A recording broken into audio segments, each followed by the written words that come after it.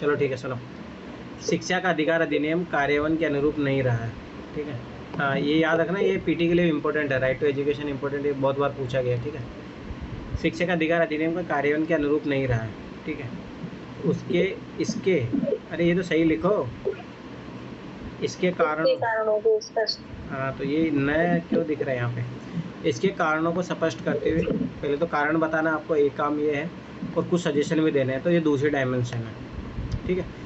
आपको इंट्रोडक्शन में चाहो तो शिक्षा का अधिकार का अधिनियम क्या है, क्यों लाया गया, ये भी बता सकते हो, ठीक है।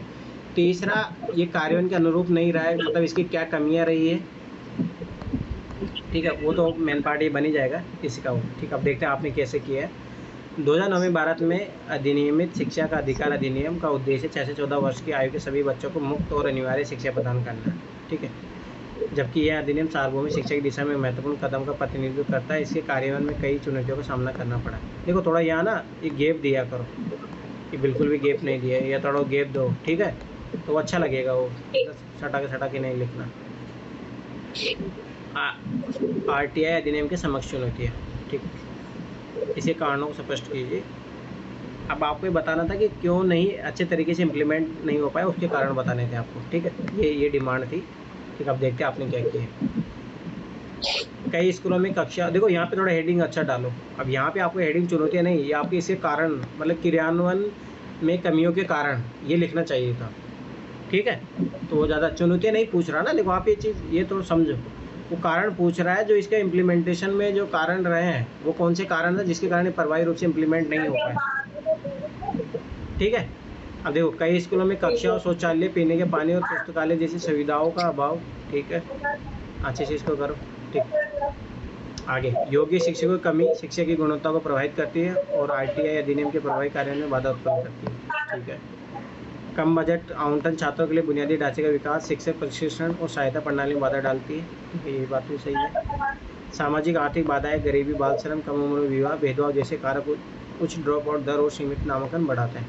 अब यहाँ पे आप ना ऐसा कर सकते हो, जैसे कोई डाटा लिख दो, ठीक है, जो कोई सर्वे हुआ उसको डाटा लिख दो, वो बहुत अच्छा आंसर बन जाएगा फिर, ठीक है। कुछ क्षेत्रों में RTI अधिनियम के बारे में जागरूकता की कमी है, जिसके परिणाम स्वरूप कम नामांकन दर और उपलब्ध संसाधनों का सीमित उपयोग होता है, ठीक, अच्छी बात है। सुधार के लिए सुझाव, ठीक है, अच्छी बात है। क्या लिखा है? सरकार को शिक्षा के लिए बजट का अधिक प्रतिशत आवंटित किया जाना चाहिए। देखो 2.5% बोला गया है और आज तक अभी नहीं होता इतना, तो 2.5% किया जाना चाहिए, लिखो। मान लो किसी कमेटी की कोई रिकमेंडेशन रही है तो उसका बारे में लिखो कि 2.5% होना चाहिए, ठीक है। ये मतलब 2.5% शिक्षा के लिए या हेल्थ सेक्टर के लिए, या फिर शिक्षा के लिए 6% है, डिजायरेबल जितना होना चाहिए, एक बार चेक कर लेना, ठीक है। शिक्षकों के कौशल के दक्षता बढ़ाने के लिए व्यापक परीक्षण कार्यक्रम लागू किए जाने चाहिए, ठीक है, ये बात सही है। सरकार को विशेष रूप से ग्रामीण और वंचित क्षेत्रों में स्कूल के बुनियादी ढांचे के विकास को प्राथमिकता देनी चाहिए, ठीक है। यह सुनिश्चित करने का प्रयास किया जाना चाहिए कि विकलांग या विशेष आवश्यकता वाले बच्चों को शिक्षा तक समान पहुँच मिले, ठीक है।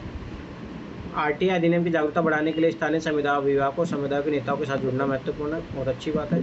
RTI अधिनियम के प्रभावी कार्यान्वयन को सुनिश्चित करने के लिए नियमित निगरानी मूल्यांकन तंत्र स्थापित करना चाहिए।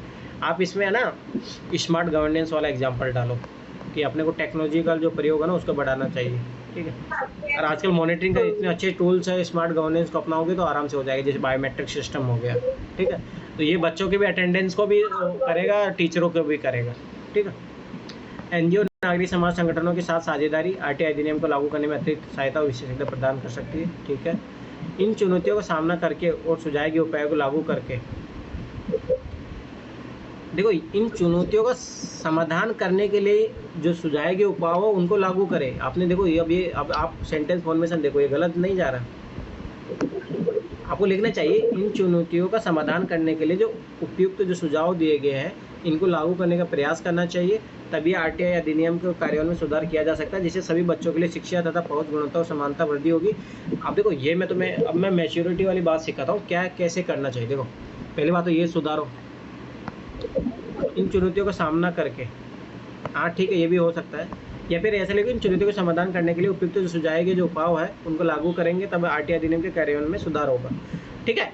उससे बच्चों के जो शिक्षा तक पहुँच होगी, गुणवत्ता होगी, समानता वृद्धि होगी, साथ के साथ हम फंडामेंटल राइट, ये लिखना चाहिए था आपको, आर्टिकल 21A के लक्ष्य हैं उसको प्राप्त कर पाएंगे, तथा जो फंडामेंटल ड्यूटी है वो भी अपना जो है वो अच्छे तरीके से लागू होगा।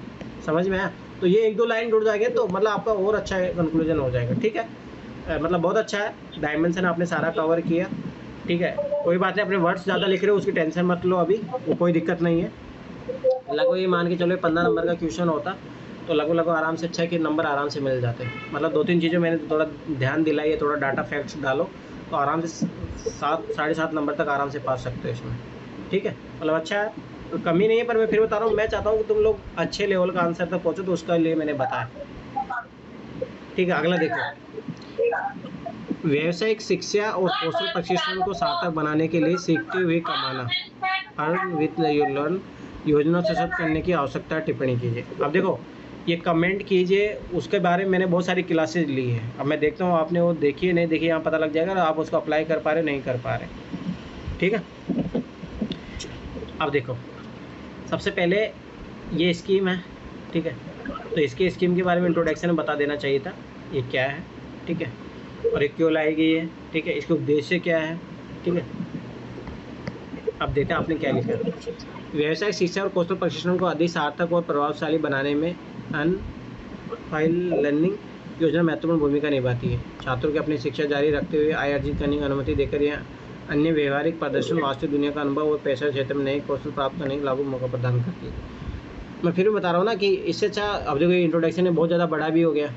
दूसरी बात, आप इसमें ये बताओ कि ये कौन से मतलब कब लाया गया था, क्या इसका पर्पज़ है, बस इतना बताओ। आप ये ना थोड़े कंक्लूजन टाइप से लिख दिए यहाँ पे, थोड़ा बच्चों पर इतना लंबा भी नहीं लिखना है, इंट्रोडक्शन पार्ट इतना नहीं जाता। अब देखो, मुझे बताओ सना की जब टिप्पणी करते हैं तब क्या क्या लिखते हैं, मुझे बताओ। मैंने क्लास ली थी, आप उसमें बताइए क्या लिखते हैं, टिप्पणी कीजिए तब।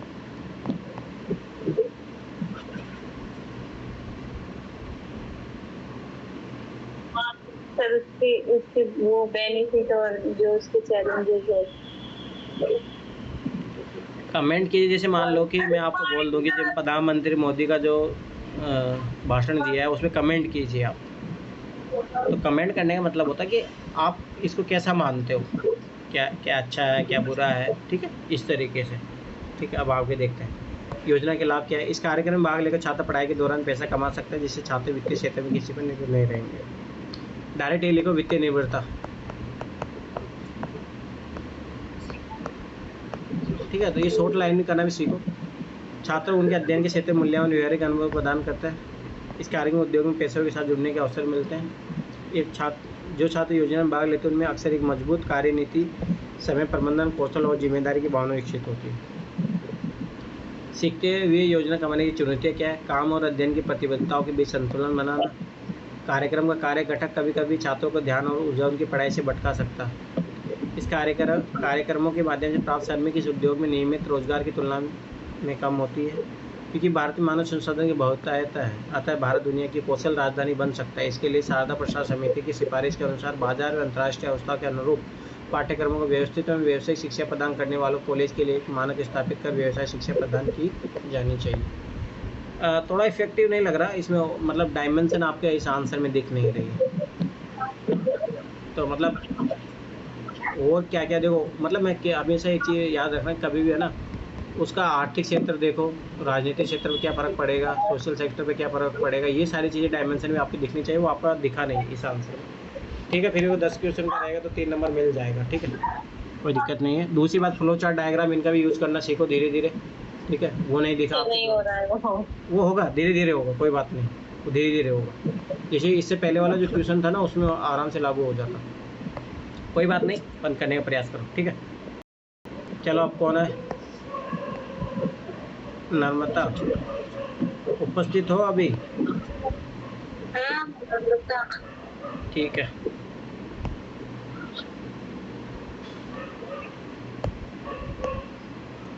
दिख तो रहा ना सबको पीडीएफ?